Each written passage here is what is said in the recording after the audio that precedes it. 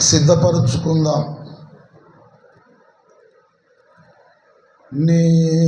నేనెందుకని నీ సొత్తుగా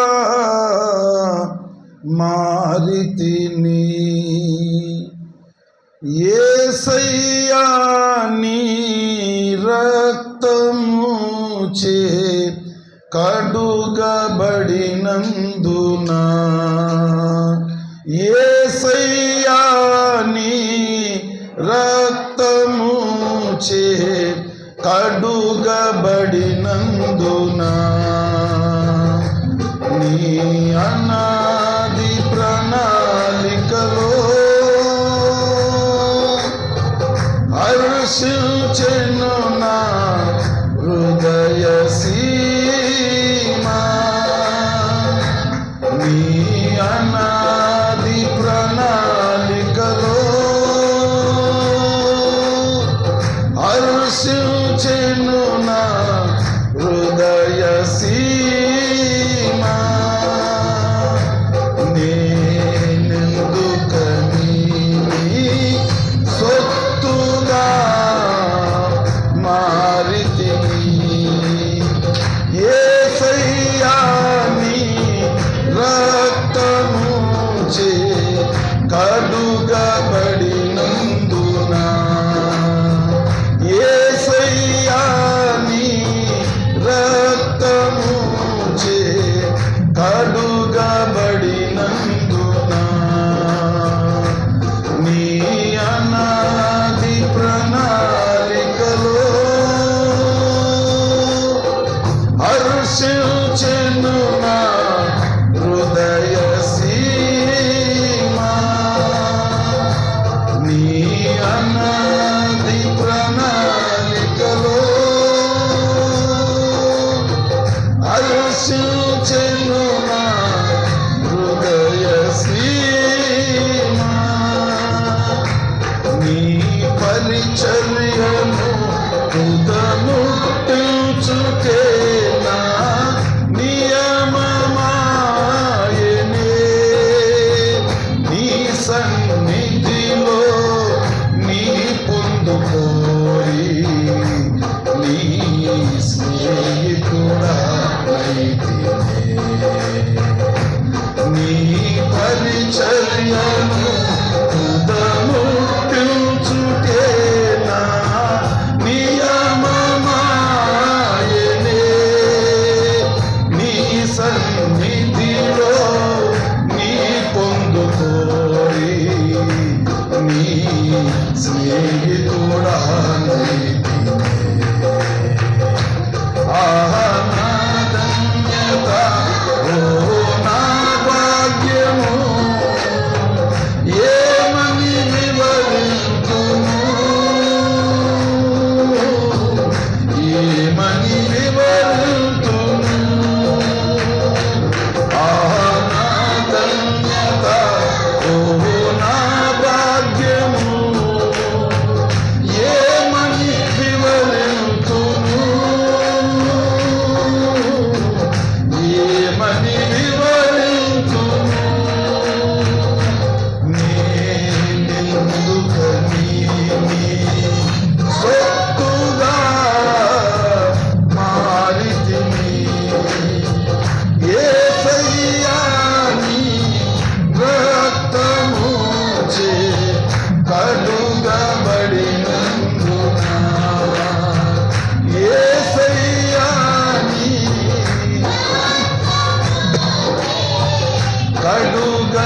కడుగబడినందున, నీ అనాది ప్రణాళికలో హర్షించెను నా హృదయ సీమా. నీ అనాది ప్రణాళికలో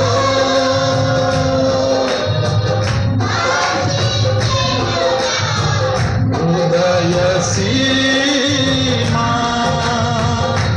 నీ శ్రమలలో పాలుందుటయే నా దర్శనమాయెనే,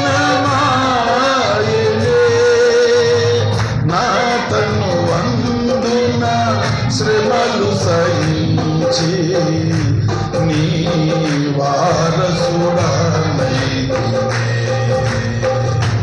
నీ శ్రమలలో పాలుందుటయే నా దర్శనమాయెనే. నా తను వందున శ్రమలు సహించి నీ వారసుడనైతినే. నా ధన్యత ఓ నా భాగ్యము ఏమని వివరింతును, ఏమని వివరింతును. నా ధన్యత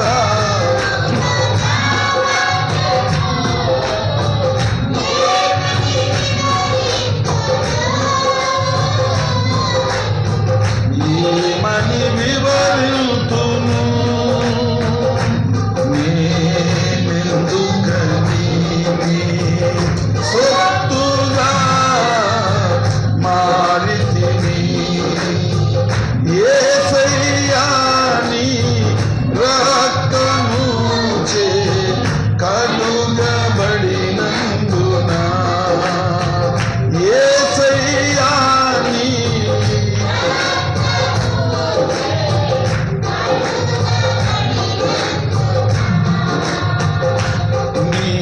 అనాది ప్రణాళికలో హర్షించెను నా హృదయ సీమా. నీ అనాది ప్రణాళికలో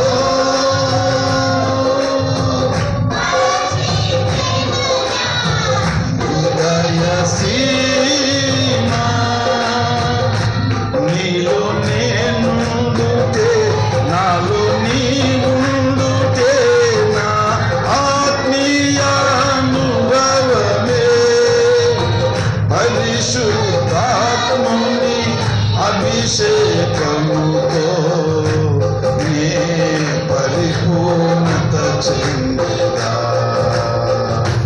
నీలో నేనుండుటే, నాలో నీవుండుటే నా ఆత్మీయ అనుభవమే. పరిశుద్ధాత్ముని అభిషేకముతో నీ పరిపూర్ణత చెందేదా. నా ధన్యత ఓ నా భాగ్యము ఏమని వివరింతును, ఏమని వివరింతును. నా ధన్యత ఓ నా భాగ్యము ఏమని వివరింతును, ఏమని వివరింతును. నేనెందుకని నీ సొత్తుగా మారితిని. యేసయ్యా నీ రక్తము చే కడుగబడినందున. యేసయ్యా నీ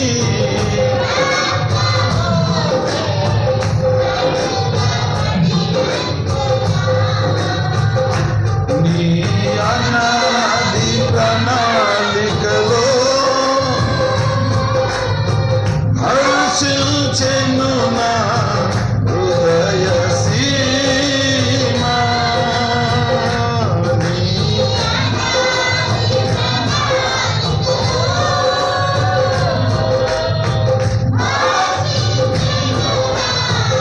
హృదయ సీమా. నీ పరిచర్యను తుదముట్టించుటే నా నియమమాయెనే. నీ సన్నిధిలో నీ పొందుకోరి నీ స్నేహితుడనైతినే. నీ పరి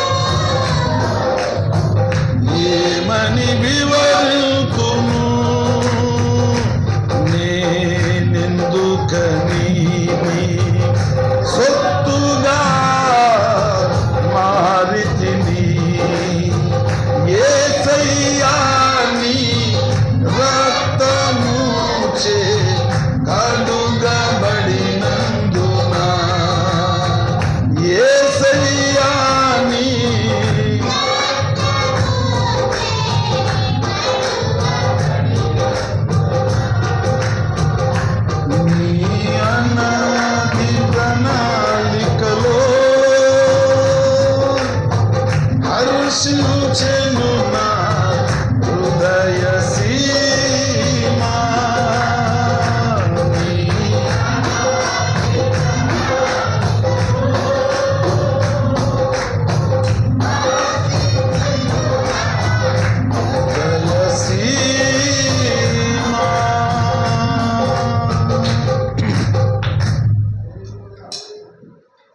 దేవునికి స్తోత్రము కలుగునుగాక.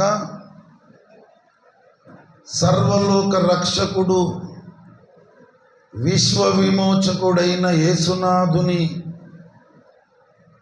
పునరుద్ధాన ఆదివారపు ఆరాధన ప్రార్థన కూడికకు దేవుని ఆత్మచేత నడిపించబడిన మీ ప్రతి ఒక్కరికి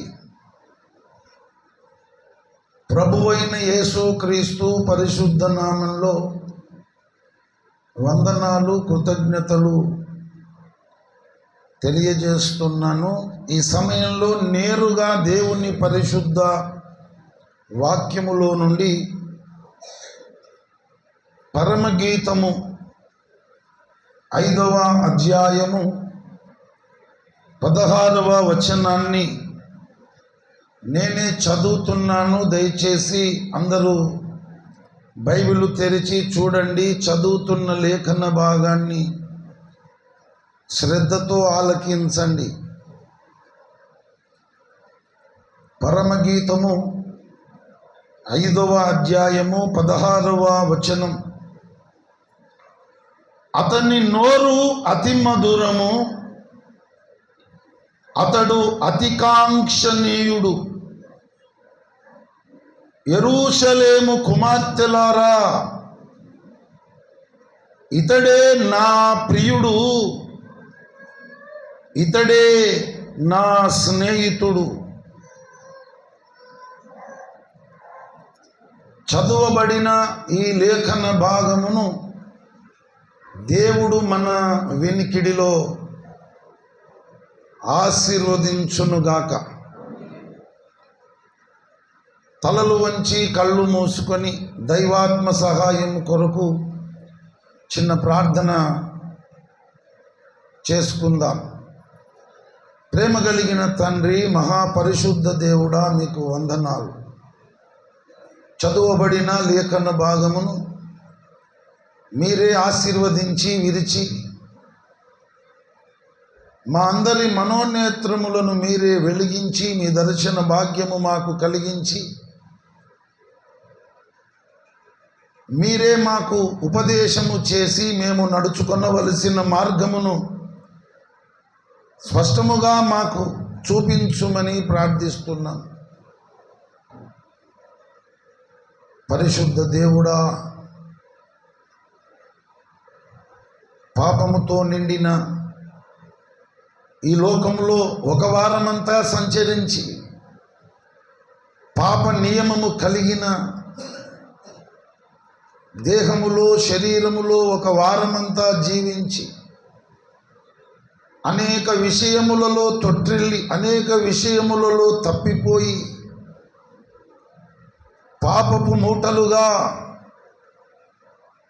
చాకిరేవుకు వచ్చినటువంటి మురికి గుడ్డలుగా మేము మీ సన్నిధిని కనబడుచుండగా కలువరిగిరి కొండల్లో కరుపు కొయ్యపైన వ్రేలాడి యేసునాథుడు కార్చిన పరిశుద్ధమైన శిల్వ రక్తము చేత మమ్ములందరినీ మా ప్రాణాత్మ శరీరములను బాగుగా కడిగి మమ్ములందరినీ శుద్ధీకరించి పరిశుద్ధపరిచి పవిత్రపరిచి పరిశుద్ధాత్మ అభిషేకముతో మా ప్రతి ఒక్కరిని అభిషేకించి ఆత్మతో నింపి ఆత్మ వశులనుగా చేసి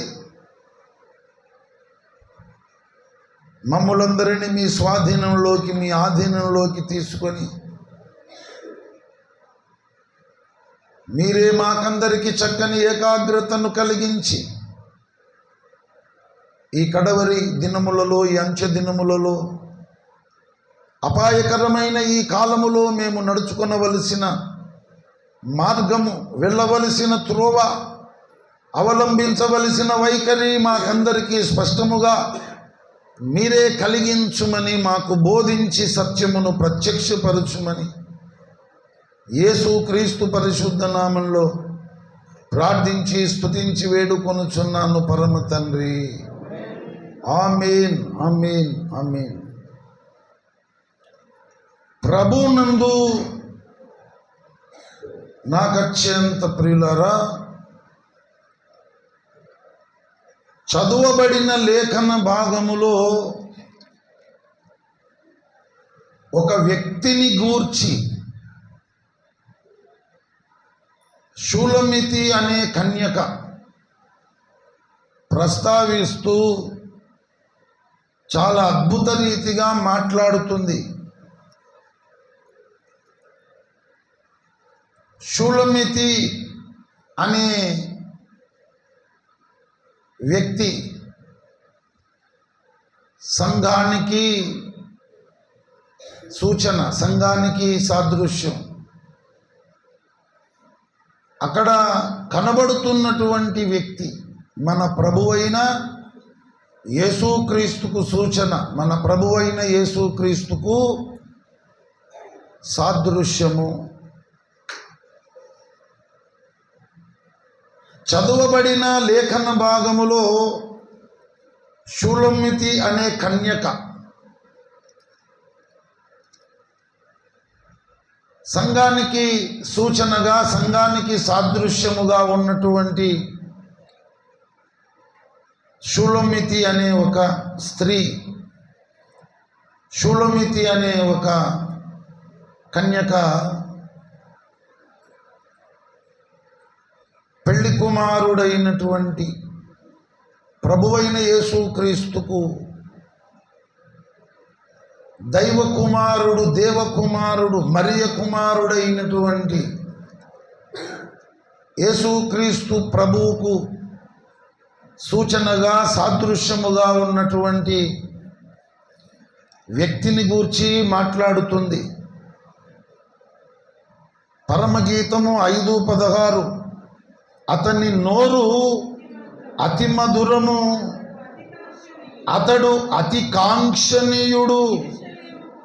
యెరూషలేము కుమార్తెలారా, ఇతడే నా ప్రియుడు, ఇతడే నా స్నేహితుడు. ఇతడే నా ప్రియుడు, ఇతడే నా స్నేహితుడు. యేసుక్రీస్తు ప్రభువును గూర్చి మనము కలిగి ఉండవలసినటువంటి భక్తి, యేసుక్రీస్తు ప్రభువు మీద మనకుండవలసిన ప్రేమ, మనకుండవలసిన గౌరవం, మనకుండవలసినటువంటి అభిమానం కట్టలు తెంచుకున్నట్టు, పొంగి పొరిలినట్టు, పెళ్ళుబుకినట్టు ఉండినప్పుడు, అటువంటి స్థితి మనము కలిగి ఉన్నప్పుడు ఇటువంటి మాటలు మనం కూడా మాట్లాడుతాము. షూలమితి అనే కన్యక తన ప్రాణప్రియుడైనటువంటి వ్యక్తిని గూర్చి మాట్లాడుతుంది. యెరూషలేము కుమార్తెలతో చెబుతుంది, మాట్లాడుతుంది. పరమగీతము 5వ అధ్యాయము 8వ వచనము చూడండి. యెరూషలేము కుమార్తెలారా, నా ప్రియుడు మీకు కనబడిన ఎడల ప్రేమాతిశయము చేత నీ ప్రియురాలు మూర్ఛిల్లెనని మీరతనికి తెలియజేయునట్లు నేను మీ చేత ప్రమాణము చేయించుకొందును. స్త్రీలలో అధిక సుందరి వగుదానా, వేరు ప్రియుని కన్నా నీ ప్రియుని విశేషమేమి? నీవు మా చేత ప్రమాణము చేయించుకొనుటకు వేరు ప్రియుని కన్నా నీ ప్రియుని విశేషమేమి? యెరూషలేము కుమార్తెలు అడుగుతున్నారు. ఎవరిని అడుగుతున్నారు? షూలమితి అనే స్త్రీని అడుగుతున్నారు. వారు ఈ షూలమితి అనే ఈ స్త్రీలాగా వారు లేరని మనకు అర్థమవుతుంది. ఎందుకంటే స్త్రీలలో అధిక సుందరి వగుదానా అని వారు మాట్లాడుతున్నారు. వాళ్ళు మామూలుగా సుందరంగా ఉన్నారు, కానీ ఈమె అధికముగా సుందరంగా కనబడుతుంది. ఆ మాట ఆమె కూడా చెప్పుకుంది, నేను నల్లని దాననైనను సౌందర్యవంతురాలును. నల్లని దాననని నన్ను చిన్న చూపులు మీరు చూడకండి. పరమగీతం 1వ అధ్యాయం 6వ వచనం. నల్లని దాననని నన్ను చిన్న చూపులు చూడకుడి, నేను ఎండ తగిలిన దానను. నల్లని దాననని నన్ను చిన్న చూపులు చూడకుడి, నేను ఎండ తగిలిన దానను అని యెరూషలేము కుమార్తెలతో ఏం చెబుతుందో చూడండి. 1వ అధ్యాయం 5వ వచనం. యెరూషలేము కుమార్తెలారా, నేను నల్లని దాననైనను సౌందర్యవంతురాలను. నేను నల్లని దాననైనను సౌందర్యవంతురాలను. నేను నల్లని దాననే కావచ్చు, ఎండ తగిలి నేను కొంత నల్లబడవచ్చు, అయినా నేను నల్లని దాననైనను సౌందర్యవంతురాలను. ఈ మాటకు అర్థం ఏంటో తెలుసా? ఆ యెరూషలేము కుమార్తెలు స్త్రీలలో అధిక సుందరి వగుదానని ఎందుకన్నారు? నల్లని పిల్ల అని ఎందుకు చిన్న చూపులు వారు చూశారు? ఇక్కడ కనబడుతున్నటువంటి ఈ నల్లని పిల్ల, ఈ షూలమితి అనే కన్యక దేవుని భార్య అయినటువంటి గొర్రెపిల్ల. దేవుడు తన స్వరక్తం ఇచ్చి సంపాదించుకున్న దేవుని సంఘము. మరి యెరూషలేము కుమార్తెలు ఎవరు అంటే ఈ విశ్వంలో కోటాను కోట్ల ప్రపంచాలను దేవుడు సృష్టించినాడు. ఒక్కొక్క ప్రపంచం, ఒక్కొక్క భక్త సమాజం, ఒక్కొక్క స్త్రీమూర్తి. వీరందరినీ మించినది దేవుడు తన స్వరక్తం ఇచ్చి సంపాదించుకున్న దేవుని సంఘవధువు, సంఘకన్యక. అందుకే ఈ విశ్వంలో ఎన్నో కోటాను కోట్ల ప్రపంచాలు ఉన్నాయి. ఒక్కొక్క ప్రపంచంలో ఒక్కొక్క భక్త సమాజం ఉంది. ఒక్కొక్క భక్త సమాజము ఒక కన్యక, ఒక స్త్రీమూర్తి. వీళ్ళు లెక్కకు మించి ఉన్నారు. కానీ దేవుని దృష్టికి అత్యంత పరిమళ వాసనగా ఉన్నటువంటి నిష్కలంకురాలు ఎవరు చెప్పండి? దేవుడు తన స్వరక్తం ఇచ్చి సంపాదించుకున్న దేవుని సంఘం. పరమగీతము 6వ అధ్యాయము 8వ వచనం. 60 మంది రాణులను 80 మంది ఉపపత్నులను లెక్కకు మించిన కన్యకులను ఉన్నారు. నా పావురము, నా నిష్కలంకురాలు ఒకతే. ఆమె తన తల్లికి ఒకతే కుమార్తె, కన్న తల్లికి ముద్దు బిడ్డ.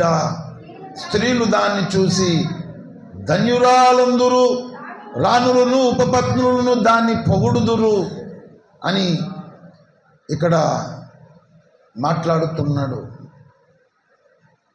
రాణులు ఎంతమంది ఉన్నారు? 60 మంది రాణులు, ఉపపత్నులు 80 మంది. మరి కన్యకలు లెక్క పెట్టలేనంటున్నారు. వీళ్ళంతా ఎవరు? ఈ ప్రపంచంలో ఉన్నటువంటి భక్త సమాజము. యేసు ప్రభువు తన రక్తం ఇచ్చి సంపాదించుకున్న సంఘం. ఒక స్త్రీమూర్తి, మరి ఒక వధువు, ఒక కన్యక. ఇలాంటి ప్రపంచాలు ఈ విశ్వంలో లెక్కలేరన్ని కోటాను కోట్లు ఉన్నాయి.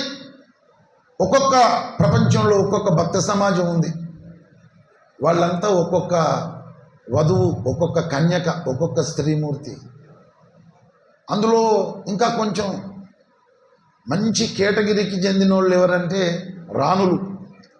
ఎంతమంది ఉన్నారు వాళ్ళు? 60 ఉన్నారు. అలాగే ఉపపత్నులు 80 మంది ఉన్నారు. ఇక కన్యకలైతే లెక్కకు మించి ఉన్నారు. కానీ వాళ్ళెవరిని కూడా ఆయన పెళ్లి చేసుకోవడానికి ఇష్టపడలేదు. ఆయనకు కావలసినటువంటి వధువు సంఘకన్యక దేవుడు తన స్వరక్తం ఇచ్చి సంపాదించుకున్న దేవుని సంఘము. పావురముతో పోల్చినాడు, నిష్కలంకురాలుగా ఉన్నదని చెప్పాడు. ఆమె ఒకతే అన్నాడు.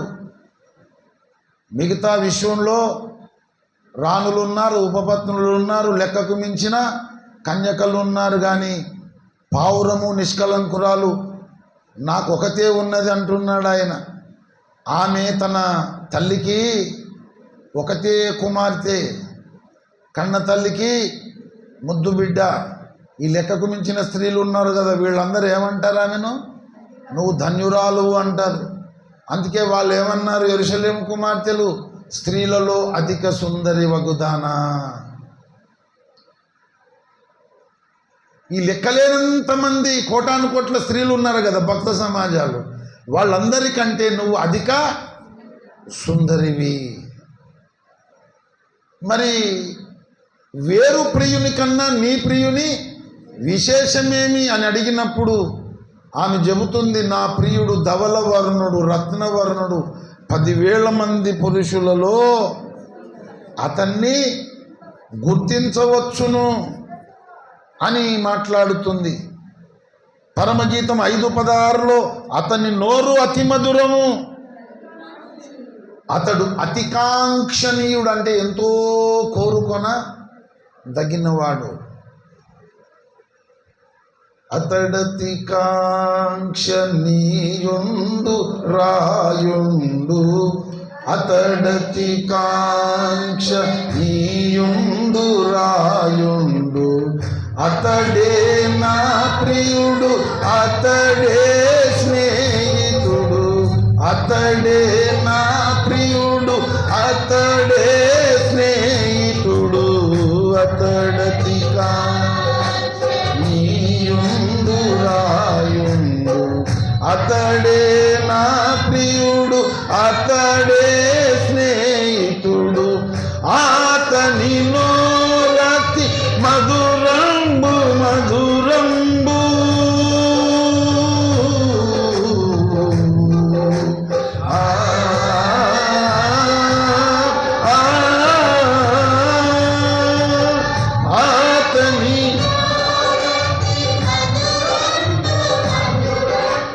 అతని పలువరుస ముత్యాల సరివరుస, అతని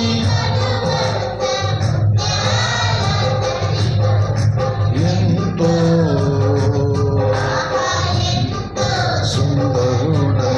సుందరుడమ్మతాను, నేనెంతో మురిసిపోయి నాను, ఎంతో సుందరుడమ్మతాను. ధవల వర్ణుడు రత్న వర్ణుండు నా ప్రియుడు, ధవల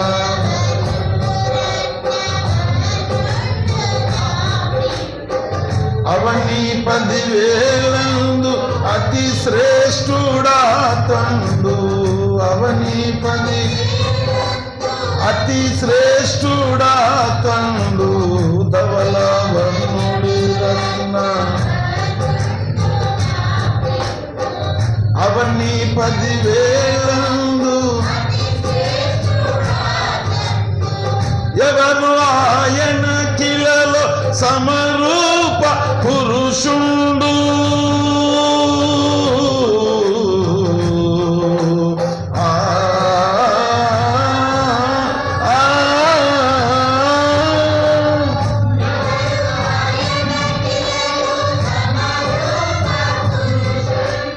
అవని అతని గుర్తింపగలనమ్మా,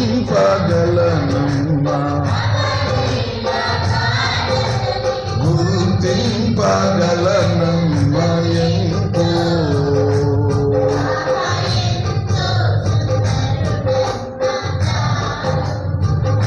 నేనెంతో మురిసిపోయినాను,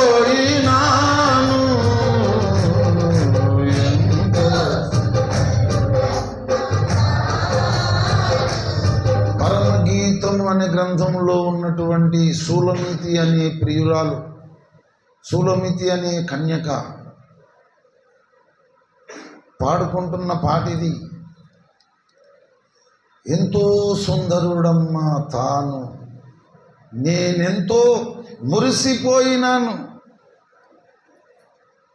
మనము ఈ పాట పాడుకోవాలంటే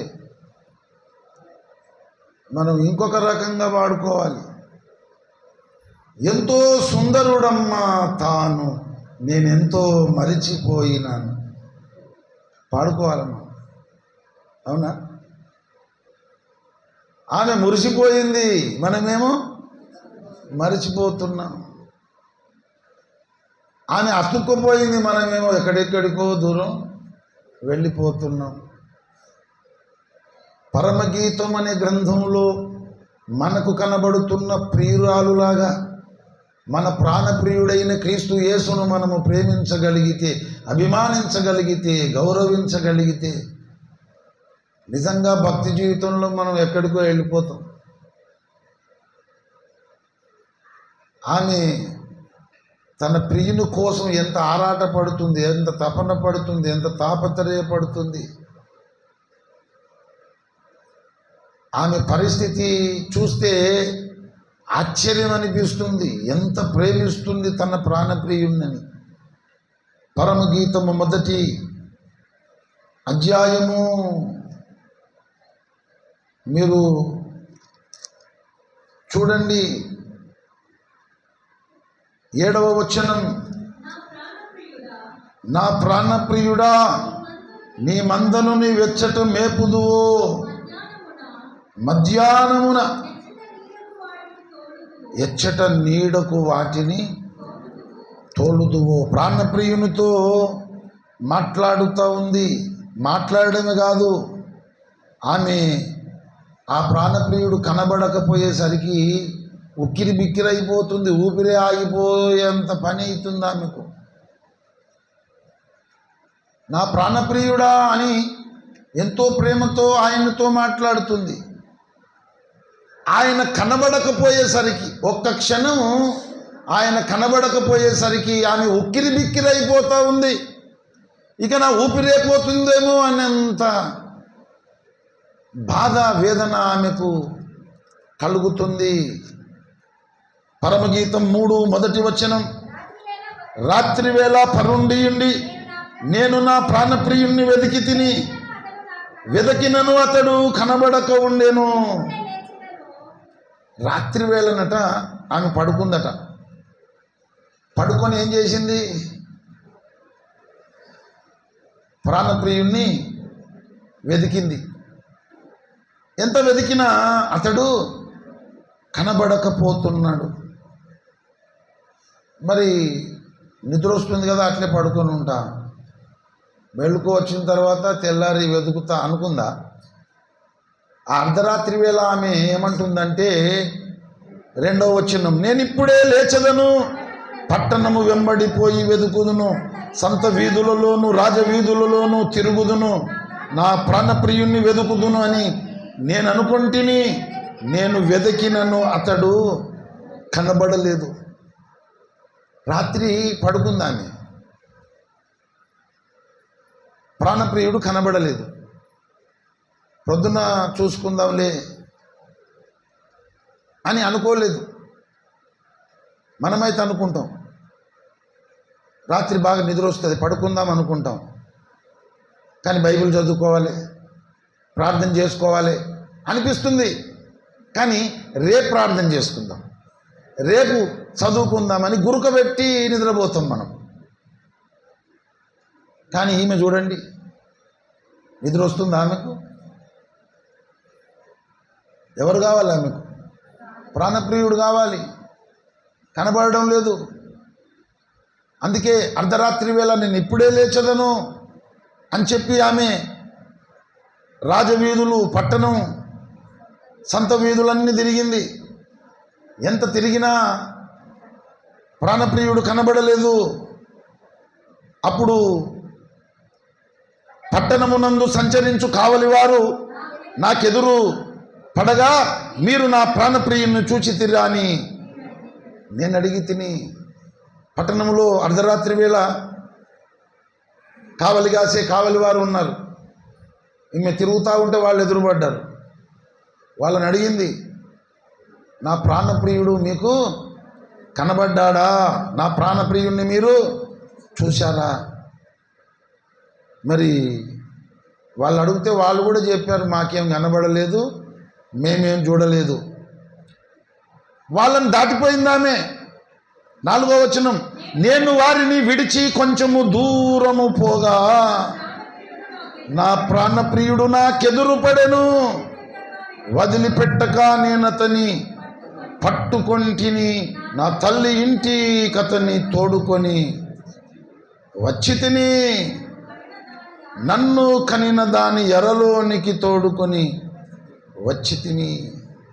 నిజంగా ఆ ప్రియుని ఎంత ప్రేమిస్తుందంటే ఈమె ఆశ్చర్యం అనిపిస్తుంది ఈ గ్రంథం చదివినప్పుడు.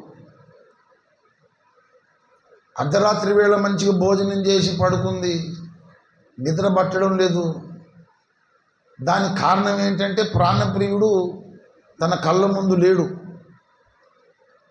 పొద్దున్న చూసుకుందామని అనుకోలేదు, గురకబెట్టి నిద్రపోలేదు. అర్ధరాత్రి దొంగలు ఉంటారు, మరి ఎన్నో క్రూర జంతువులు ఉంటాయి. ఈ రాత్రి వేళ నేను ఎందుకు లేవాలి, ఎందుకు నా ప్రాణప్రియుని వెతకాలి అని అనుకోలేదు. ఏమైపోయినా సరే, అవసరమైతే నా ప్రాణమే పోయినా పర్వాలేదని సంత వీధులు తిరుగుతుంది, రాజవీధులు తిరుగుతుంది, పట్టణమంతా వెతుకుతుంది. కొంతమంది కావలి వారు ఎదురు పడ్డారు. వాళ్ళని అడిగింది, నా ప్రాణప్రియుని చూశారా? వాళ్ళు ఏం సమాధానం చెప్పలేదు. వాళ్ళను దాటి ఇంకా ముందుకెళ్ళింది ఆమె. వాళ్ళను దాటి ముందుకెళ్ళింది.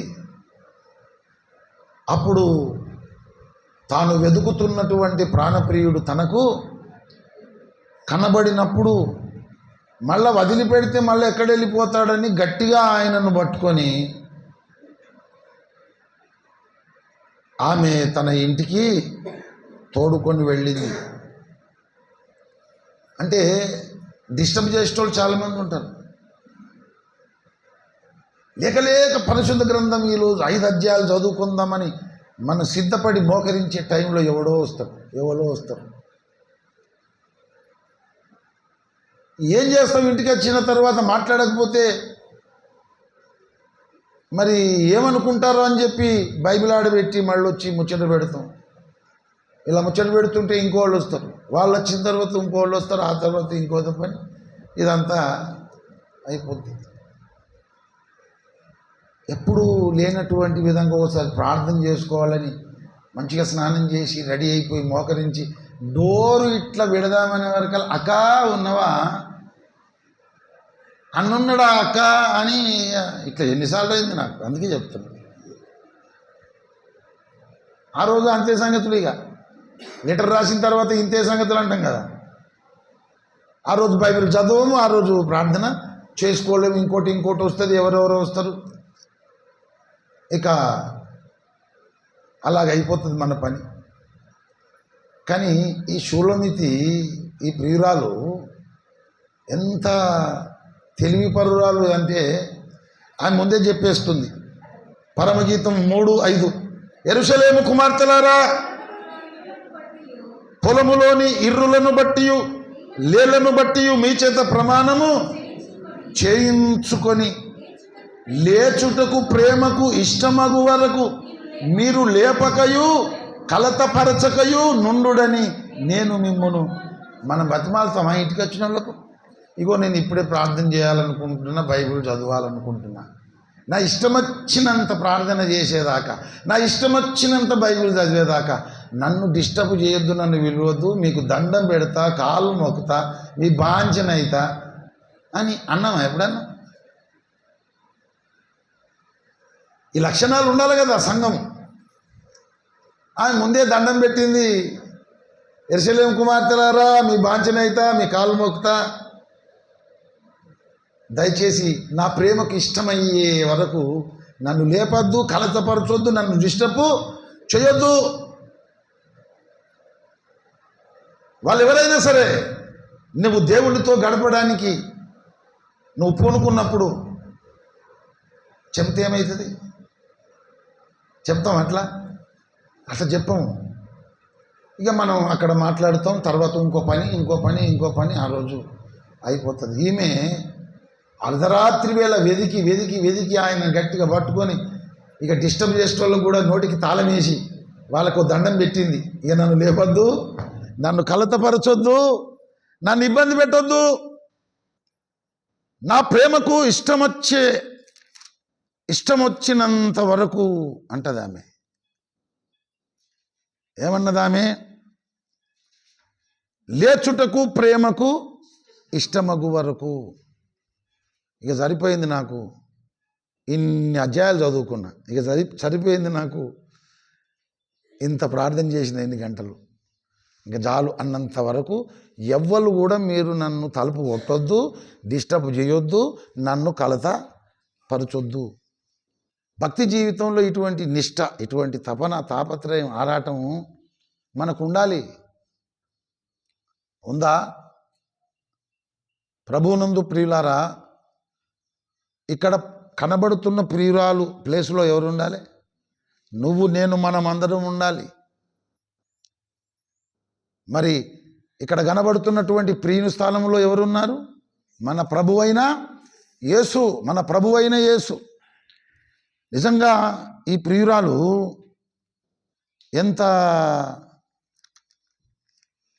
గొప్పదో, ఎంత ఉత్తమురాలో చూడండి. పరమగీతం 5వ అధ్యాయము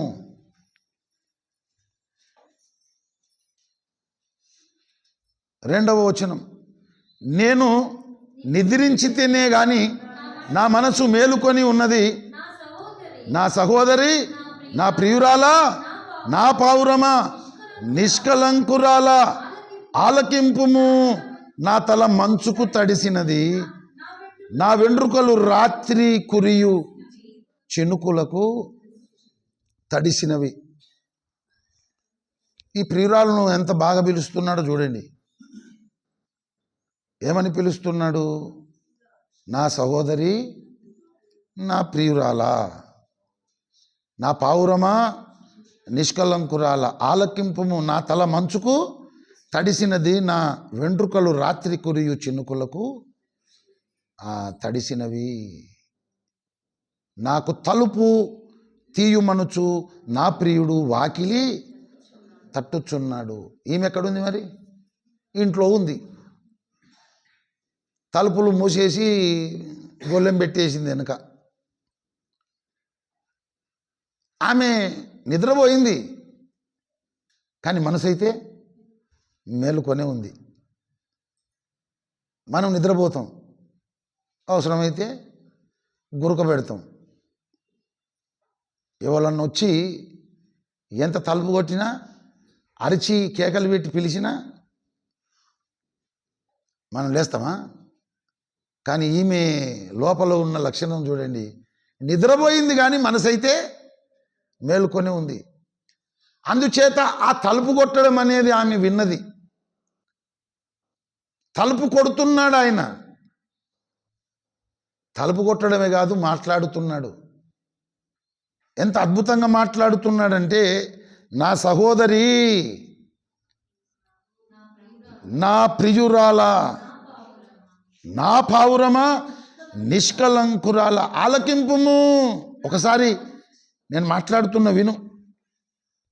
మంచుకు నా తల తడిసిపోయింది, రాత్రి చినుకులు పడ్డాయి, నా వెంట్రుకలు తడిసిపోయినవి. ఓసారి తలుపు తీయము అని ఆయన మాట్లాడుతున్నాడు. మరి అక్కడ ఆమె ఉన్న స్థితిని చెబుతుంది.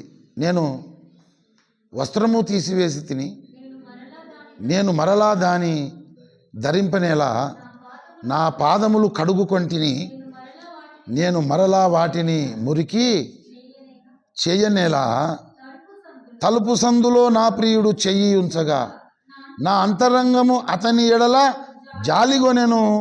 నా ప్రియుడు తలుపు తీయ నా ప్రియునికి తలుపు తీయ లేచి తిని. ఆమె కొంచెం ఆలస్యమైంది. ఆమె పడుకున్నది. ఇంకా ఆమె వస్త్రము ధరించుకొని మరలా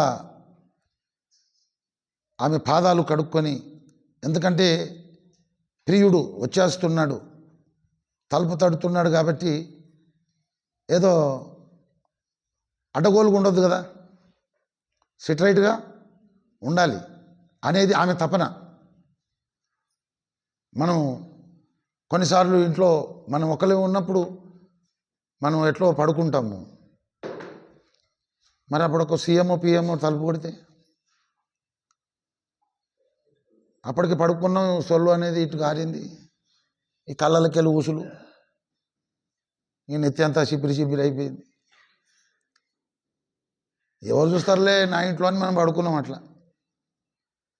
కానీ ఒక సీఎంఓ పిఎంఓ వచ్చి తలుపు కొట్టి మాట్లాడుతుంటే నువ్వు అర్జెంటుగా అట్లే లేచి తలుపు తీస్తావా? ఆగమాగం ముఖం కాలు చేతులు కడుక్కొని పేరెంలోళ్ళు పెట్టుకొని పౌడర్ వేసుకొని మంచిగా దూసుకొని కొంచెం ఇట్లా ఇట్లా చూసుకొని అప్పుడు తర్వాత దగ్గరికి పోతాం. అవునా కదా? ఆమె అదే పని చేసింది. చేసేసరికి ఈయన వెళ్ళిపోయాడు. తీయొద్దని కాదు, తీద్దామనే, కానీ ఈయన వెళ్ళిపోయాడు అన్నమాట. నా ప్రియునికి నేను తలుపు తీయునంతలో అతడు వెళ్ళిపోయాను. అతని మాట వినుటతోనే నా ప్రాణము, అంత చక్కగా మాట్లాడాడు కదా. నా సహోదరి అన్నాడు, ప్రియురాలా అన్నాడు, నా పావురోమ అన్నాడు, నిష్కలంకురాల, పిల్లల్ని అంటాం కదా, నా లడ్డు, నా జిలేబీ, నా చాక్లెట్ అంటామా కదా పిల్లల్ని ఎత్తుకొని.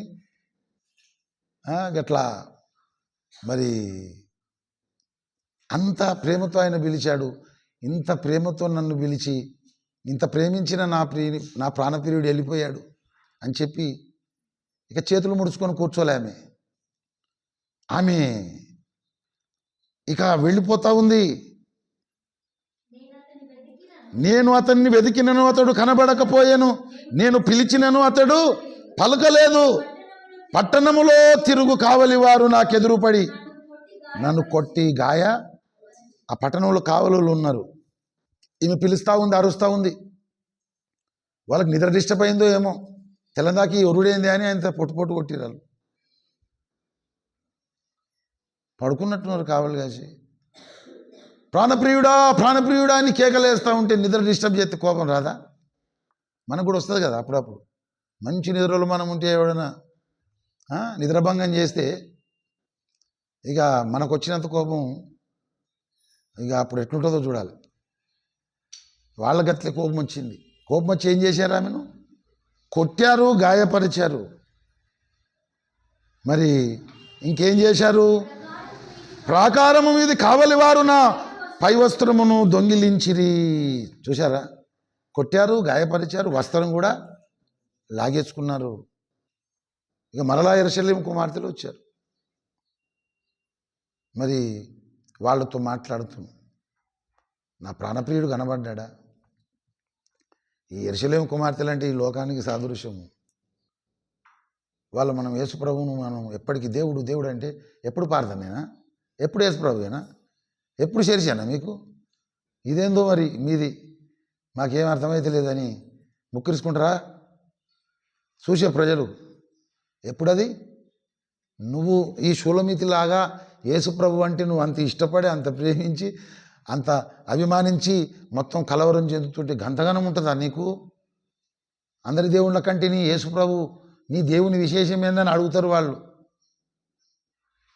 ఏదో క్రిస్మస్కి వచ్చి గుడ్ ఫ్రైడేకి వచ్చి ఈస్టర్కి వచ్చి ఆదివారం వచ్చి ఇట్లా వచ్చి అట్లా పోయి ఇక మళ్ళీ మనం ఆయన ముచ్చటనే తీయకపోతే వాళ్ళు అంటారా స్త్రీలలో అధిక సుందరి వగుదానా వేరు ప్రియుని కన్నా నీ ప్రియుని విశేషం ఏందని ఎట్లా అడుగుతారు వాళ్ళు? నీవు ప్రేమించే విధానం వారికి కనబడాలి.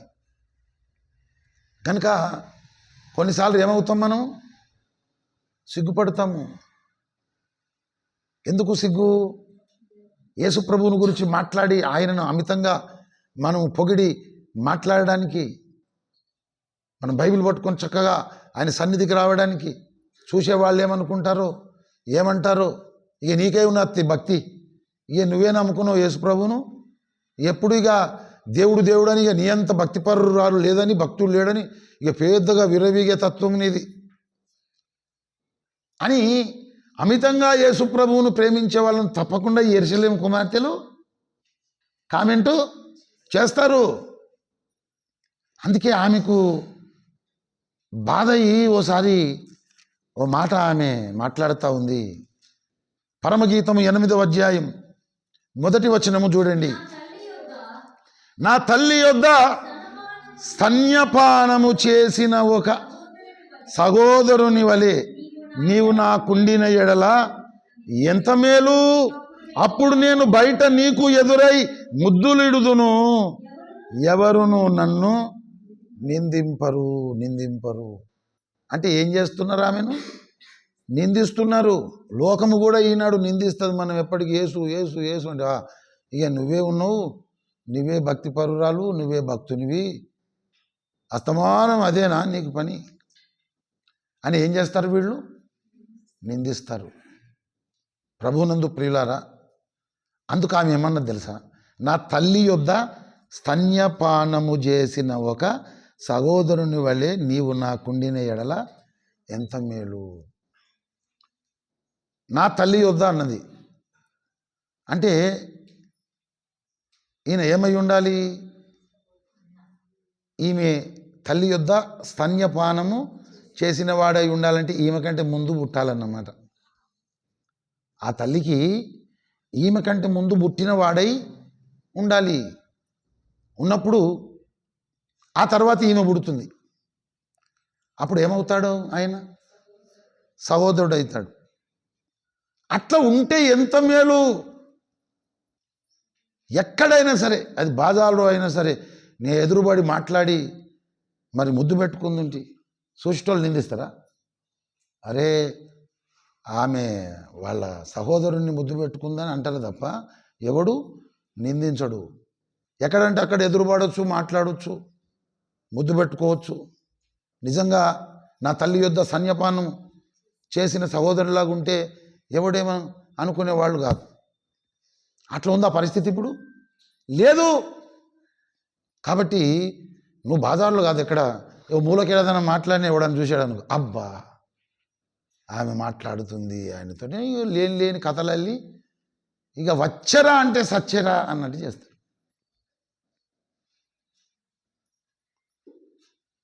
మరి వచ్చరా అంటే సచ్చరా అన్నాడట వాడు. ఆయన వచ్చిండు అని చెప్తే ఆయన చచ్చిండు అన్నట్టు వీని కినబడి చేశారు. కనుక ఆమె భావన చెబుతుందన్నమాట. నా తల్లి యొద్ద స్తన్యపానము చేసిన ఒక సహోదరుని వలె నీవు నాకుండిన ఎంత మేలు. అప్పుడు నేను ఎక్కడ మాట్లాడినా ఎవరు నన్ను నిందించరు. అట్లుంటే నాకు ఎంత మేలు. ప్రభువునందు ప్రియులారా, ఆమె ఏమన్నది చెప్పండి? నా ప్రియుడు, నా స్నేహితుడు. పరమగీతం 5:16. ఇతడే నా ప్రియుడు, ఇతడే నా స్నేహితుడు. యేసుక్రీస్తు ప్రభువే మన ప్రాణప్రియుడు, యేసుక్రీస్తు ప్రభువే మన ప్రాణ స్నేహితుడు. అంతకు మించినటువంటి స్నేహితుడు ఇంకెవరు ఉండరు. ఆయన ఎంత మంచి స్నేహితుడు అంటే మన కొరకు ప్రాణము పెట్టిన స్నేహితుడు ఆయన. రోమాపత్రిక 5వ అధ్యాయము 7వ వచనం, నీతిమంతుని కొరకు సహితము ఒకడు చనిపోవుట అరుదు, మంచివాని కొరకు ఎవడైనా ఒకవేళ చనిపోవ తెగింపవచ్చును. చూసారా, నీతిమంతుని కొరకు ఎవడైనా చనిపోవడం అరుదంటే అది చాలా రేర్ అన్నమాట, చాలా రేర్. మరి మంచివాని కొరకు ఎవడైనా ఒకవేళ చనిపోతే చనిపోవడానికి తెగించవచ్చు. కానీ మన ప్రాణ స్నేహితుడు, మన ప్రాణప్రియుడు, మనం మంచివాళ్ళమని నీతిమంతులమని మన కొరకు చచ్చిపోలేదు. కానీ మనము భక్తిహీనులమై ఉండగానే, మనము ఆయనకు శత్రువులమై ఉండగానే, మనం ఇంకా పాపులమై ఉండగానే ఆయన మన కొరకు చనిపోయిన ప్రాణప్రియుడు, చనిపోయిన ప్రాణ స్నేహితుడు. రోమా 5:6, ఏలయనగా మనం ఇంకా బలహీనులమై ఉండగా, ఏలయనగా మనం ఇంకా బలహీనులమై ఉండగా. అలాగే భక్తిహీనుల కొరకు చనిపోయేను కదా. ఏలయనగా మనం ఇంకా బలహీనులమై ఉండగా క్రీస్తు యుక్తకాలమున భక్తిహీనుల కొరకు చనిపోయెను. 10వ వచనం, ఏలయనగా శత్రువులమై ఉండగా. మనం ఏమేమై ఉన్నాం చెప్పండి? మనము బలహీనులమై ఉన్నాము, భక్తిహీనులమై ఉన్నాము, తర్వాత శత్రువులమై ఉన్నాము. అంతేకాదు, మనం ఇంకను పాపులమై ఉండగా క్రీస్తు మన కొరకు చనిపోయాడు. 8వ వచనం, అయితే దేవుడు మన ఎడల తన ప్రేమను వెల్లడిపరచుచున్నాడు. ఎట్లనగా మనం ఇంకను పాపులమై ఉండగానే క్రీస్తు మన కొరకు చనిపోయెను. మంచి వాళ్ళ కొరకు, నీతిమంతుల కొరకే ఎవడు చచ్చిపోతాడా? నువ్వు మంచివానివైతే కావచ్చు, నువ్వు మంచిదానివైతే కావచ్చు, నువ్వు నీతిమంతుడవైతే కావచ్చు, నువ్వు నీతిమంతురాలువైతే కావచ్చు, నీకు చేతుడెత్తి దండం పెడతా, కానీ నీ కొరకు మాత్రం నా ప్రాణాల మీదకి నేను తెచ్చుకోను అంటారా అనరా? అంటారా అనరా చెప్పండి? మంచి వాళ్ళ కొరకు, నీతిమంతుల కొరకే ఎవడు చచ్చిపోడు. కానీ మనమేమో బలహీనులము, భక్తిహీనులము, శత్రువులము, పాపులము. అయినా సరే దేవుడు మనల్ని ప్రేమించి మన కొరకు చనిపోయినాడు, మన కొరకు చనిపోయినాడు. మనం ఇంకనూ పాపులమై ఉండగానే క్రీస్తు మన కొరకు చనిపోయెను. ఇంత ఉత్తమ స్నేహితుడు, ఉత్తమ మిత్రుడు, ఇటువంటి నిజమైన స్నేహితుడు ఈ విశ్వములోనే ఎవరైనా ఉన్నారా? ఎవరు లేరు. ఆయనను మనము ఏ విధంగా చూస్తున్నాము? సామెతల గ్రంథం 17వ అధ్యాయం 17వ వచనం, నిజమైన స్నేహితుడు విడువక ప్రేమించును. నిజమైన స్నేహితుడు విడువక ప్రేమించును. అట్టివాడు దుర్దశలో సహోదరుడుగా ఉండును. నిజమైన స్నేహితుడు మనము దుర్దశలో ఉన్నప్పుడు మనకు సహోదరుడుగా ఉంటాడు. మరి అటువంటి నిజమైన స్నేహితుడు, ఉత్తమ స్నేహితుడు,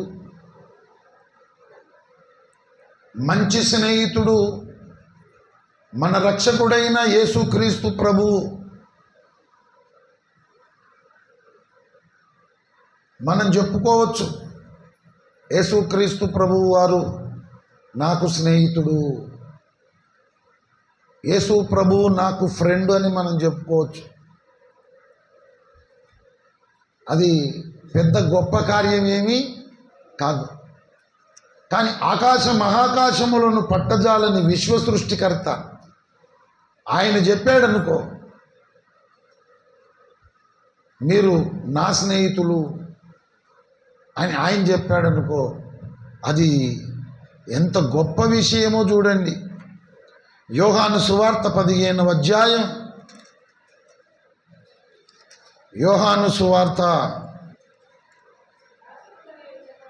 15వ అధ్యాయము 15వ వచనం.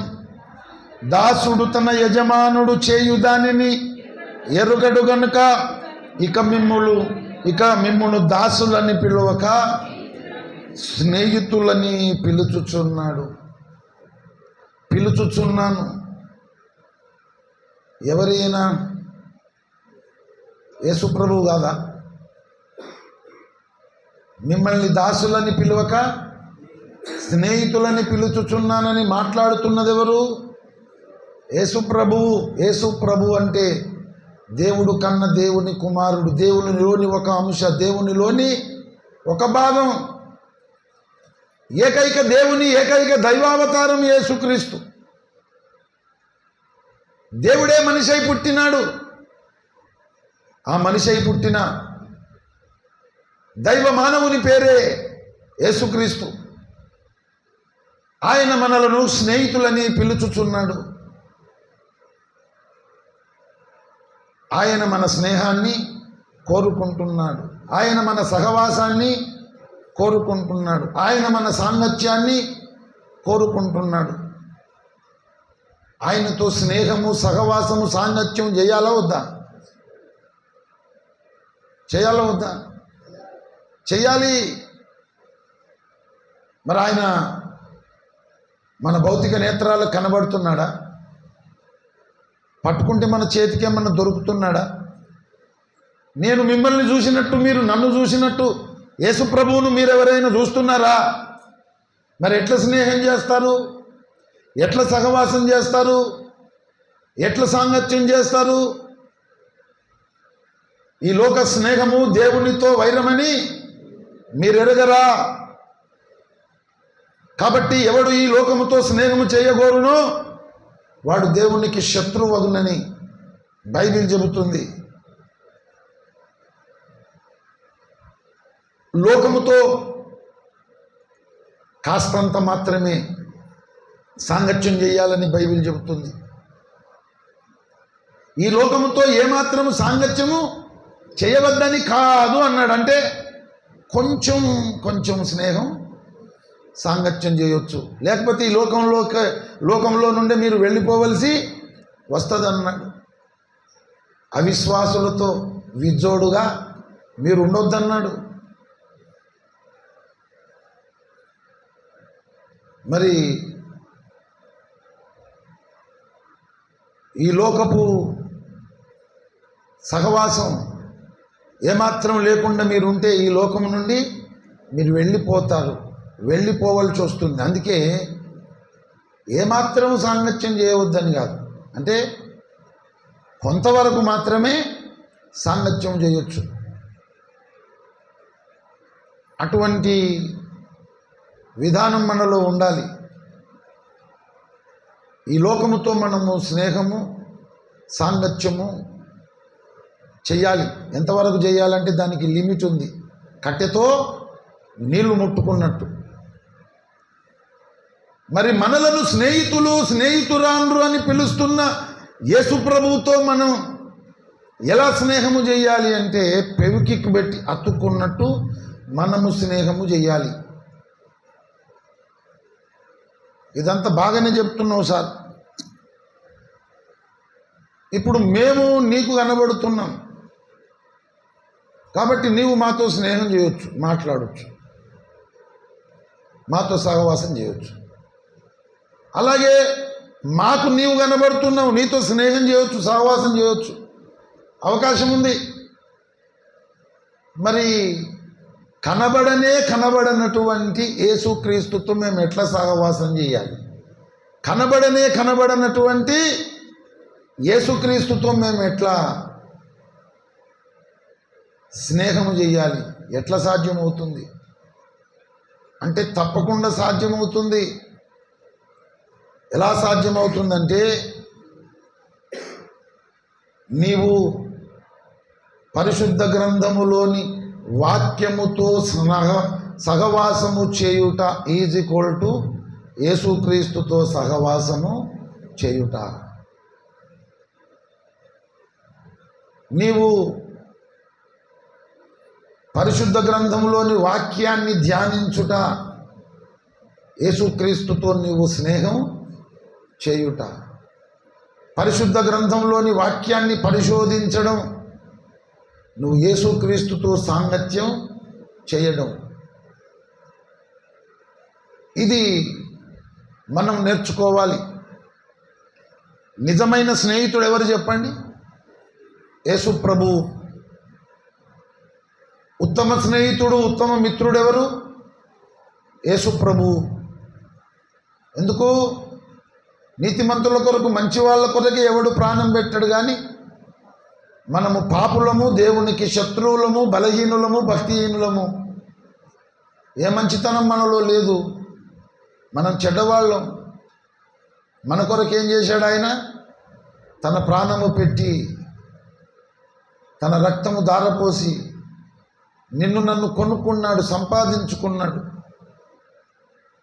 అంత గొప్ప దేవుడు మనలను స్నేహితులు, స్నేహితురాండ్రని పిలుచుచున్నాడు. మరి ఇది నాకెంతో భాగ్యము, ఇది నాకెంతో ధన్యత అని యేసుప్రభుతో మనం సహవాసం చేయాలో వద్దా? స్నేహం చేయాలో వద్దా? సాంగత్యం చేయాలో వద్దా? చేయాలి. స్నేహము, సహవాసము అంటే బాగా గుర్తుపెట్టుకోండి, జ్ఞాపకం పెట్టుకోండి. స్నేహము, సహవాసము, సాంగత్యం అంటే ప్రతిరోజు ఆయనతో మనం మాట్లాడాలి. ప్రతిరోజు ఆయన మనతో మాట్లాడాలి. దీనిని ఏమంటారు? స్నేహము, సహవాసము, సాంగత్యము. నాకు కూడా కొంతమంది స్నేహితులు ఉన్నారు, స్నేహితురాండ్రు ఉన్నారు. సంవత్సరము గడిచిపోయింది కానీ ఒక్కసారి నాతో వాళ్ళు మాట్లాడలేదు. ఈరోజు హ్యాపీ ఫ్రెండ్షిప్ డే అని పెట్టారనుకో, చూడంగానే ఏమనుకుంటా? సంతోషించి ఆనందిస్తానా? ఎవనివిరా నువ్వు? ఏడాది అవుతుందో ఒక్కసారి ఉన్నవా లేవా? అసలు బతుకున్నవా లేకపోతే పలాయనం కట్టినవా అని ఒక్క మాట అన్నా అడగలేదు. Happy friendship డేనట. బుద్ధిహీనుడు అని అనుకుంటామా అనుకోమా? మీరు కూడా అట్లే అనుకుంటారు. మనం కూడా మనకున్న స్నేహితులతో, స్నేహితురాండ్రతో ఎప్పుడూ ఒక మాట మాట్లాడలేదు. ఏడాది గడిచిపోయింది. ఇక ఈరోజు అందరు పెడుతురు కదా అని మనం వాట్సాప్లో వాళ్ళకి పెట్టినాం, హ్యాపీ ఫ్రెండ్షిప్ డే, స్నేహితుల దినోత్సవం శుభాకాంక్షలు. వాడు కూడా తిట్టుకుంటాడు, నేను తప్పకుండా తిట్టుకుంటాడు. ఇప్పుడు గుర్తుకొచ్చిన నేను సోపుతోనని ఫ్రెండ్ అని ఇప్పుడు గుర్తుకొచ్చానా? ఈమె ఉన్నదా చచ్చిపోయిందా, లేకపోతే వీడు ఉన్నడా చచ్చాడని 365 రోజులు దాటిని ఒక్కసారి నా ఒక ఫోన్ కాల్ చేసి ఎట్లున్నావురా అని అడిగింది లేదు. ఈరోజు వాట్సాప్లో స్నేహితుల దినోత్సవం అని శుభాకాంక్షలు తెలపడం వాళ్ళకి బాధ కలిగిస్తుందా, సంతోషం కలిగిస్తుందా? బాధనే కలిగిస్తుంది, సంతోషం కలిగించదు. తిట్టుకుంటారు వాళ్ళు. 600 అయినా 106 అయినా, భూకంపం వచ్చినా, సునామీ వచ్చినా 365 రోజుల్లో ఒక్కరోజు కూడా తప్పకుండా కనీసం ఒక్క మాట అయినా బాగున్నావా అని ఒక మాట అయినా మాట్లాడుకునే ఆ స్నేహబంధం ఉంటే, అటువంటి వాళ్ళు ఇవాళ ఫ్రెండ్షిప్ డే అని పెట్టుకుంటే ఎంత ఆనందం, ఎంత సంతోషం. ₹1,00,000 లాటరీ తగిలినట్టు, బిర్యానీ తిన్నట్టు ఎంతో సంతోషం అవుతుంది. ఒకవేళ సంవత్సరం కోళ్ళు ఒక్కసారి మాట్లాడక హ్యాపీ ఫ్రెండ్షిప్ డే పెడితే ఆ తిన్న బిర్యానీ కూడా అరగదు. ఎందుకన్నా తింటిరా నేను ఈ బిర్యానీ అన్నంత బాధ అవుతుంది. అవునా కాదా చెప్పండి? నేను చెప్పింది వాస్తవమా కాదా? స్నేహం అంటే ఎట్లుండాలి? ప్రతిరోజు పలకరింపు అనేది ఉండాలి. వీలైతే ఎక్కువ మాటలు మాట్లాడొచ్చు, వీలు కాకపోతే ఒక్క మాట అయినా మాట్లాడొచ్చు. కానీ ఒక్క మాట కూడా మాట్లాడకుండా ఉండని పరిస్థితి స్నేహము కాదు. ఎలా ఉండాలి మనం? సంవత్సరంలో 365 రోజులు కదా. 365 రోజుల్లో కొన్నిసార్లు మనం బాగా బిజీ ఉన్నా సరే ఒక్క మాట అయినా మనము యేసు ప్రభువుతో మాట్లాడాలి. ఒక్క మాట అయినా యేసు ప్రభువు మాట్లాడితే మనం వినాలి. సమయం ఉన్నదనుకో ఆయనతో ఎక్కువ మాట్లాడాలి. సమయం ఉన్నదనుకో ఆయన మాట్లాడే మాటలు ఎక్కువ మనం ఉండాలి. నాకు వీలైతే లేదు, నేను బైబిల్ చదువుకోవడం లేదు, నేను ప్రార్థన చేసుకోవడం లేదు. ఎందుకు నాయనా అంటే నాకు వీలైతే లేదు. వీలైతే 4 మాటలు, కుదిరితే కప్పు కాపీ అని మంది చెప్పుకుంటున్నారు. అంత పూర్తన లేదా? వీలైతే 4 మాటలట, కుదిరితే కప్పు కాపీ. కొంచెం వీలైతే 4 మాటలైనా మాట్లాడుకోవాలి. జర మంచి టైం ఉంచి కుదిరిందనుకో, మంచి సమయం ప్రాప్తిస్తే కప్పు కాపీ దాక్కుంటా అయినా మాట్లాడాలి. మనం కూడా వీలు కాకపోయినా వీలు చేసుకొని మోకరించి యేసు ప్రభువుతో మాట్లాడాలి. ఆయన మాట్లాడే మాటలు వినాలి. మంచి సమయం ప్రాప్తించిందనుకో ఎక్కువసేపు ఆయన మాటలు వినాలి, ఎక్కువసేపు ఆయనతో మాట్లాడాలి. ఇది బ్రహ్మ విద్యనా? సాధ్యం కాదా మనకు? ఇప్పుడు అడుగుతాను మిమ్మల్ని, యేసు ప్రభువుతో మనం మాట్లాడాలంటే ఏం చేయాలి? చెప్పాలి సమాధానం. యేసు ప్రభువుతో ప్రతిరోజు మనం మాట్లాడాలంటే ఏం చేయాలి? మోకరించాలి, కళ్ళు మూసుకోవాలి, ఆయనతో మాట్లాడుతూ ఉండాలి. మరి యేసు ప్రభు మాటలు మనం వినాలంటే ఏం చేయాలి? వేవి అంటారు. యేసు ప్రభుతో మనం ప్రతిరోజు మాట్లాడాలంటే మోకరించి ఆయనకు ప్రార్థన చేయడమే. నువ్వు ఎంతసేపు చేస్తావు, ఎంతసేపు మాట్లాడతావు? ఇప్పుడు ప్రార్థన అంటే మాటలే కదా. ప్రార్థన అంటే ఏంటి? మాటలే. గనక ఎవరితో మాట్లాడతాం? మోకరించి యేసు ప్రభువుతో మనం మాట్లాడుతూ ఉంటాము. కొన్నిసార్లు ఎక్కువసేపు మాట్లాడతాం, కొన్నిసార్లు తక్కువసేపు మాట్లాడతాం. కానీ ఒక్క మాట అయినా మాట్లాడాలి. లేకపోతే నీవు యేసు ప్రభు పిలిచిన పిలుపుకు యోగ్యునివి, యోగ్యురాలు కావు. దాసులమని పిలిస్తే ఎక్కడో దూరం ఉంటాం, 1,00,000 కిలోమీటర్లని స్నేహితులని పిలుచుచున్నాడు ఆయన. మరి ఒక్క మాట అయినా ఆయనతో మాట్లాడకపోతే నువ్వు ఎట్లా స్నేహితునివి, ఎట్లా స్నేహితురాలు? అలాగే యేసు ప్రభు మాటలు మనం వినాలంటే ఏం చేయాలి? యేసు ప్రభు మాటలు మనం వినాలంటే ఏం చేయాలి? పరిశుద్ధ గ్రంథం తెరిచి పరిశుద్ధ గ్రంథంలోని వాక్యాన్ని చదువుకోవాలి. ఎక్కువ మాటలు వినాలంటే 5 అధ్యాయాలు చదువుకోవాలి. టైం లేదనుకుంటే 1 అధ్యాయం అన్న చదువుకోవాలి, మాట్లాడతాడు. కానీ కళ్ళు మూసుకొని ఉదయం లేవగానే సగం తెరుచుకుంటా గోడ మీద ఉన్న క్యాలెండర్ దగ్గరికి పోయి ఇవాళ ఎంత డేటు ఆగస్టు అని 2 నంబర్ మీద పెట్టి యెహోవా నా కాపరి నాకు లేమి కలగదు. అబ్బా మంచిగా వచ్చింది రాని, ఇక రోజంతా ఇక దేవుడు లేదు ఏం లేదు. ఎందుకంటే వాక్యం చదువుకున్నాం కదా పొద్దుగాలని. గట్ల మాత్రం మాట్లాడదు దేవుడు. ఆ స్నేహం విలువ కూడా కొట్టినట్టయితుంది. తక్కువకు తక్కువ అంటే ఏం చేయాలా?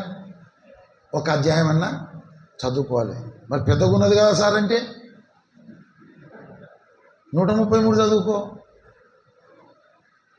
చిన్నగా లేదా? కానీ మొత్తమే నువ్వు బైబిల్ చేతులు పట్టబోయితివి, తెరవబోయితివి, మరి ఎట్లా మాట్లాడతాడు నీతో? స్నేహబంధం ఉంటుందా?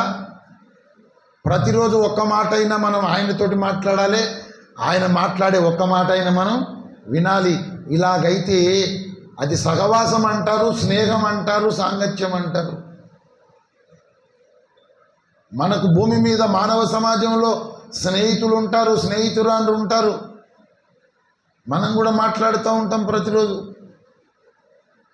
కానీ ఇక్కడ భూమి మీద ఉన్నటువంటి మన స్నేహితులు, మన స్నేహితురాళ్ళు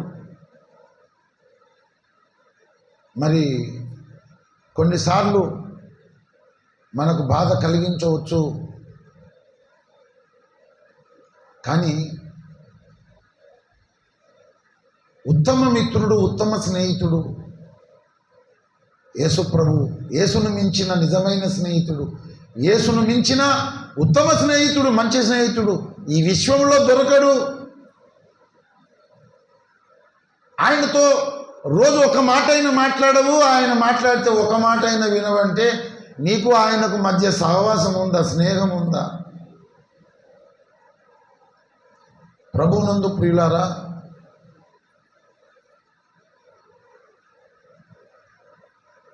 మనుషులతో మనం స్నేహం చేస్తాం, సహవాసం చేస్తాం, సాంగత్యం చేస్తాం. ఎవరిని పడితే వారితో మనము స్నేహము, సాంగత్యము మనం చేయొద్దు. మానవ సమాజంలో ఎంతోమంది ఉంటారు. ఎవరితో పడితే వారితో మనము స్నేహము, సహవాసం చేయొద్దు. మంచి స్నేహాన్ని మనం భూమి మీద ఎంచుకోవాలి. మంచి స్నేహితుడైన యేసుతోనే మనం ఎక్కువగా స్నేహము చెయ్యాలి.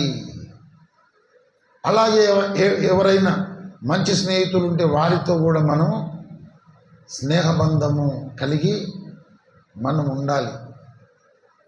విశ్వంలోనే ఉత్తమ మిత్రుడు, ఉత్తమ స్నేహితుడు, మంచి స్నేహితుడు ఎవరు?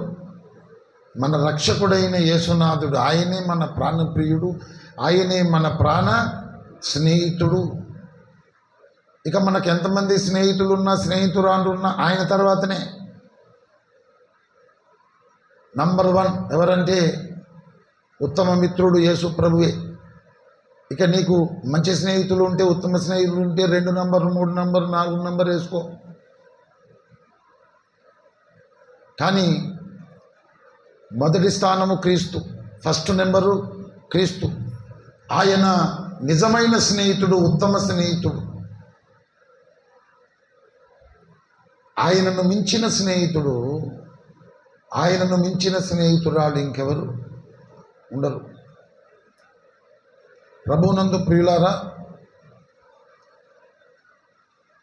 మొన్న ఎవరో స్టేటస్ పెట్టారనలో చదివిన నేను, స్నేహం అనే మాట పెట్టి దాని కింద రాశారు, మంచి స్నేహం దొరకాలంటే ఒక యుగం పడుతుంది అని. తరం అంటే 100 సంవత్సరాలు. ఒక మనిషి పుట్టుక, ఒక మనిషి అంతం. యుగం అంటే ఒక మానవ జాతి ఆరంభము, మానవ జాతి ముగింపు, దాని యుగం అంటారు. మంచి స్నేహం దొరకాలంటే ఒక యుగం పడుతుందట. ఎక్కడ పడితే అక్కడ మంచి స్నేహం దొరుకుతుందా? దొరకదు. అందుకే ఎవరితో పడితే వాళ్ళతో మనం స్నేహం అనేది మనం చేయొద్దు. ఉత్తములతో స్నేహం చేయడం అత్తరు లాంటిది. ఈరోజు పెట్టినా మీరు చూసారా, చదివిరా? ఉత్తములతో స్నేహం చేయడం అత్తరు లాంటిది. కనీసం అటువంటి దుకాణానికి వెళ్తే అక్కడ మనం ఏం కొనకపోయినా మనం బయటకు వచ్చిన తర్వాత కొంత వాసన వస్తుంది.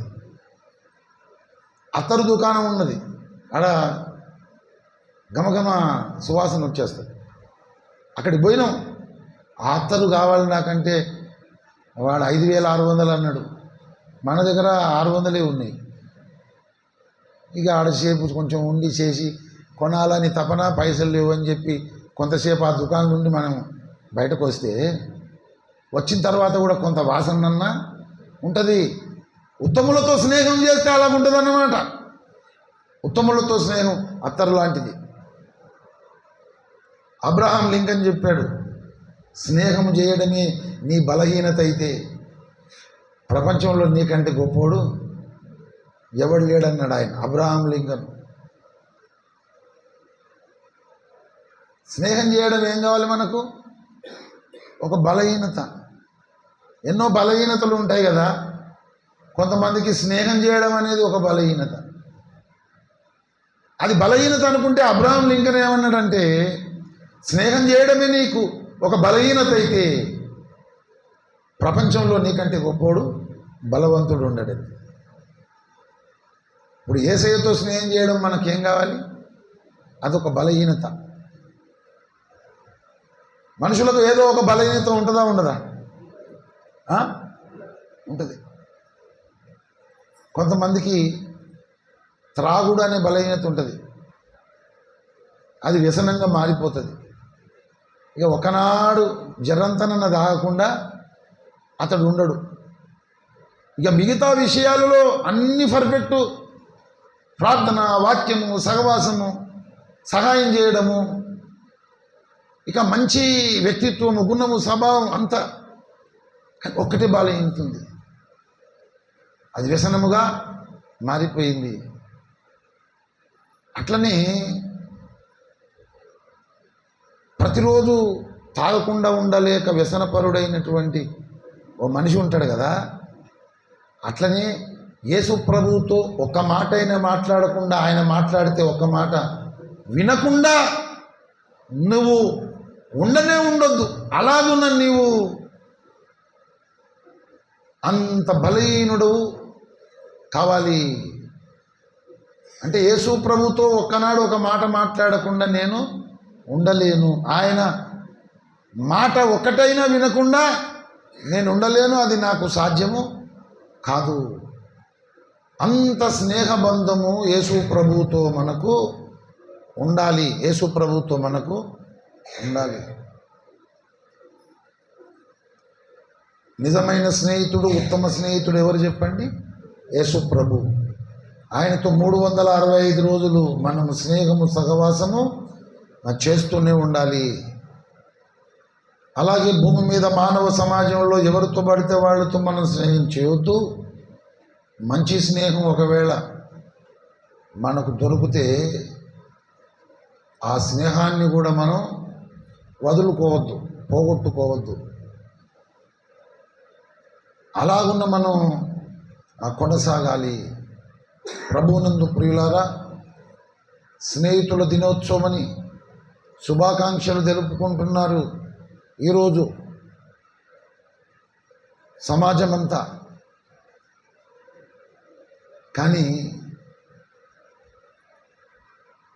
ఆ స్నేహం అనే విలువ తెలిసిన వాళ్ళు చాలా తక్కువ. ఏది ఏమైనా నిజమైన స్నేహితుడు, ఉత్తమ మిత్రుడు మన రక్షకుడైన యేసు. ఆయనతో నిరంతరం మనం స్నేహము, సహవాసము చేస్తూ ఉండాలి. దేవుని కృపచేత ఒకవేళ ఒక మంచి స్నేహం మనము కలిగి ఉంటే, దొరికితే అటువంటి స్నేహాన్ని పోగొట్టుకోవద్దు. ప్రభువునందు ప్రియులారా, ఈరోజు ఒక హైందవ స్వామి గురువు గారు చెప్పిన మాట ఒకటి పెట్టాను నేను. స్నేహం అంటే ఎలా ఉండాలి. ఇవాళ స్నేహం చేసి రేపు విడాకులు ఇచ్చుకున్నట్టు ఉండొద్దు అని ఆయన మాట్లాడతాడు. మరి ఆయన చెప్పాడు తెలుసా, ఎక్కువ మందితో మనం స్నేహం కలిగి ఉండొద్దు అన్నాడు ఆయన. ఎక్కువ మందితో మనం స్నేహం కలిగి ఉండొద్దు. అది కొద్దిమంది అయినా ఈరోజు స్నేహం చేసి రేపు అలాగున ఉండొద్దు, జీవితాంతం ఆ స్నేహము నిలబడాలి అని చెప్తాడు. మంచి మాట ఎవరు చెప్పినా నేర్చుకోవాలి. అబ్రహాం లింకన్ చెప్పినా, ఏ స్వామి చెప్పినా, ఏ గురువు చెప్పినా, ఏ పండితుడు చెప్పినా, నేనైతే మంచి మాట ఎవరు చెప్పినా వింటాను. నేను యేసుప్రభువుని నమ్ముకున్నాను కదా, ఆయన చెప్పింది నేను ఎందుకు వినాలి అని అనుకోను. నేను మంచి మాట ఎవరు చెప్పినా వింటాను, నేర్చుకుంటాను, గుర్తుపెట్టుకుంటాను. అలాగుండాలి మనం. ప్రభువునందు ప్రియులారా, ముగింపులో ఒక్క మాట చెబుతున్నా. అదేంటంటే, మంచి స్నేహితుడు, నిజమైన స్నేహితుడు, ఉత్తమ మిత్రుడు మన రక్షకుడైన యేసు ప్రభువు. ఆయనకు పెద్దపీట వేయాలి. స్నేహానికి ఆయనకే పెద్దపీట, ఆయనకే మొదటి స్థానం. ఆ తర్వాతనే ఇంకెవరైనా. ఆయనను మించిన స్నేహం డేంజరే. యేసు ప్రభువు కంటే ఎక్కువగా ఎవరితో అయినా మనం స్నేహం సహవాసం చేస్తే అది బెడిసి కొడుతుంది, మనకి ప్రమాదం. స్నేహము చేయడంలో యేసు ప్రభువుకే పెద్దపీట వేసి ఆయనకే మొదటి స్థానం ఇచ్చి, ఇంకా నువ్వు ఎవరితోనైనా ఒక మంచి స్నేహం దొరికితే కలిగి ఉన్నా నీకు ఇంకా మంచే జరుగుతుంది. ఆ విధంగా మన కొరకు ప్రాణం పెట్టిన క్రీస్తును మనం ఎప్పుడూ మర్చిపోకుండా నిరంతరం ఆయనతో మనం స్నేహము సహవాసము చేస్తూ భక్తి జీవితంలో మనం కొనసాగుదాం. షూలమితి అనే ఆ సంఘ కన్యకు ఉన్నది కదా స్త్రీ, ఆమెలాగా యేసయ్యను ప్రేమించాలి, ఆమెలాగా యేసు ప్రభుతో మనం స్నేహం చేయాలి. ఎంత తపన ఆమెకున్నది, అంత తపన యేసు ప్రభు మీద మనకున్నదా? ప్రభువునందు ప్రియులారా, ఆమె స్థానంలో మనం ఉండాలి. ఎవరి స్థానంలో? షూలమితి స్థానంలో మనం ఉండాలి. ప్రాణప్రియుని స్థానంలో యేసు ప్రభు ఉండాలి. అలా కొనసాగాలి భక్తి జీవితం అనేది. అప్పుడే దేవుడు అనుకున్న పరిపూర్ణత మనకు లభిస్తుంది. దేవుడు మనకు సహాయము చేయునుగాక. అందరూ తలలు వంచి కళ్ళు మూసుకున్నట్లయితే దేవుడు పంపిన ఉపదేశము, సందేశము మన జీవితాలకు, మన బ్రతుకులకు అన్వయించుకొని మనల్ని మనం పరీక్షించుకుందాం. మనలను మనము పరీక్షించుకుందాం. ఈ సమయాన్ని చక్కగా సద్వినియోగం చేసుకుందాం. ప్రభునందు ప్రియ సోదరి, ఇంతవరకు దేవుని ఉపదేశం విన్నటువంటి నీవు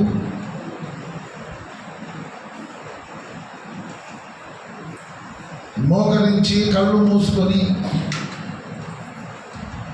నీ జీవితంలోనికి, నీ బ్రతుకులోనికి నీవు తొంగి చూసుకోవాలి. షూలమితిలాగా యేసుక్రీస్తు ప్రభుతో నీవు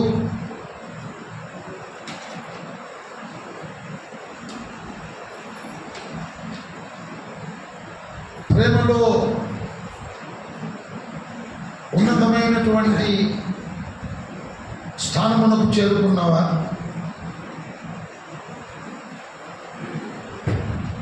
షూలమితిలాగా యేసు ప్రభువును వెతుకుతున్నావా? షులమితిలాగా యేసు ప్రభువును ప్రేమిస్తున్నావా? షులమితిలాగా యేసు ప్రభువుతో